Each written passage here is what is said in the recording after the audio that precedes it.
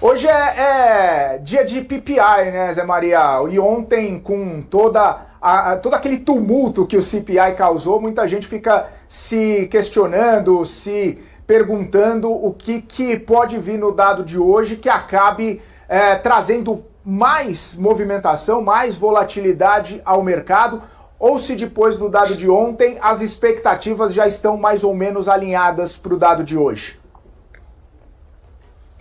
Eu diria que, sendo que o CPI acaba sendo assim o dado forte relativamente à leitura de inflação, até porque ele é aquele que acaba pesando mais na análise de inflação do Fed, né? Eles sempre dizem, a gente olha a totalidade dos dados, a gente olha para tudo e é óbvio que assim o seja, mas eu diria que o dado de ontem fez muito mais preço do que o PPI poderá fazer. A não ser que venha algo que seja totalmente fora da curva ou totalmente surpreendente, né? Mas esse dado de inflação, efetivamente, sendo aquelas preocupações do mercado que a gente vinha vendo já desde finais do ano passado e tentando botar na conta as preocupações relativamente a políticas que o novo presidente Donald Trump possa implementar, que elas são por natureza inflacionárias, né? Então o pessoal está dizendo, putz, isso provavelmente ainda nem entrou bem na conta e a gente já está vendo essa inflação aqui mais forte, né? Então a análise que o mercado está fazendo é efetivamente a expectativa, dada essa economia que vem resilientes, os dados de consumidor que mantêm essa demanda fortes, né? Essa inflação é uma preocupação no cenário atual. É uma preocupação e o mercado já tirou da conta, Zé Maria, a corte de juro esse ano, ou ainda existe um fundinho de esperança, talvez não os dois, talvez não os três cortes que estavam na mesa ou sendo projetados pelo mercado anteriormente, mas a gente pode ter algum tipo de corte ainda nesse ano, lembrando as falas de Powell, né? Se não tem pressa, então deixa do jeito que está.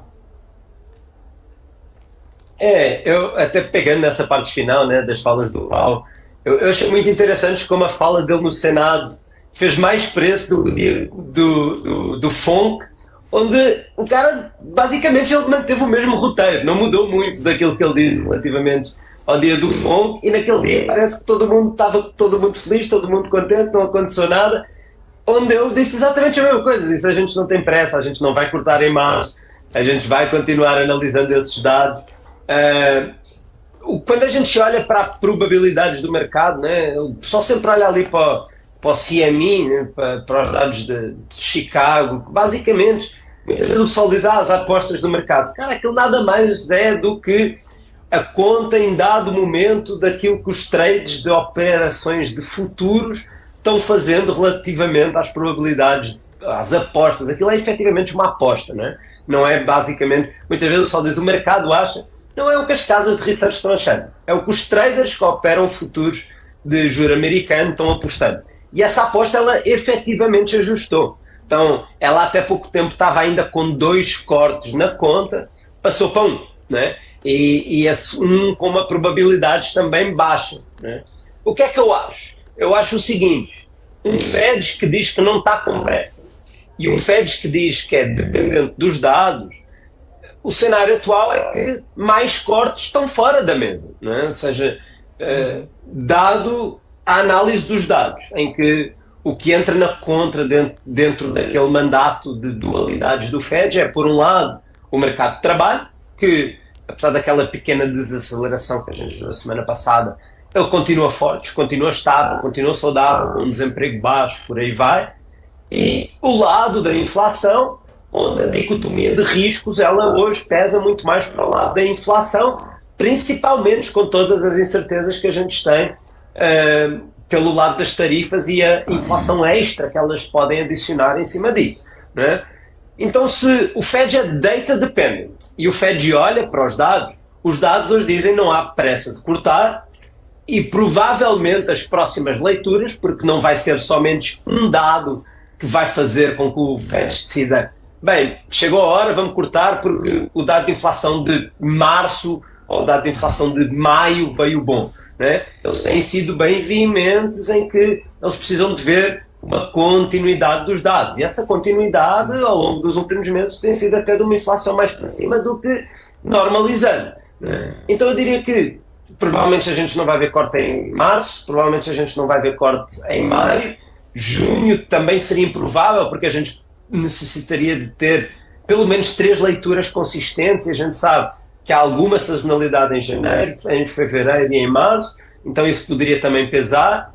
Então assim, eu duvido que até à metade do ano a gente venha a ter cortes, né? Cara, para o investidor, eu acho que isto é ótimo, porque o carrego de juro alto ele continua e está aqui para ficar, o higher for longer continua, né? A gente já teve estas conversas há um ano atrás, né? Há um ano atrás seria surpreendente a gente estar hoje falando aqui no início de 2025 de que o juro americano continuaria aqui na casa dos 4,5, com 10 anos ali 4,60. Seria improvável, né? Conseguir continuar a travar esse juro americano nestes níveis altos. E ainda assim aqui estamos, né? Então acho que para o investidor, numa perspectiva de carrego, né, de oportunidade de conseguir ainda travar estas taxas de juros, elas são num contexto histórico dos últimos 15 anos bastante elevadas, acho que é um nível interessante. Maria, bom dia, Francisco.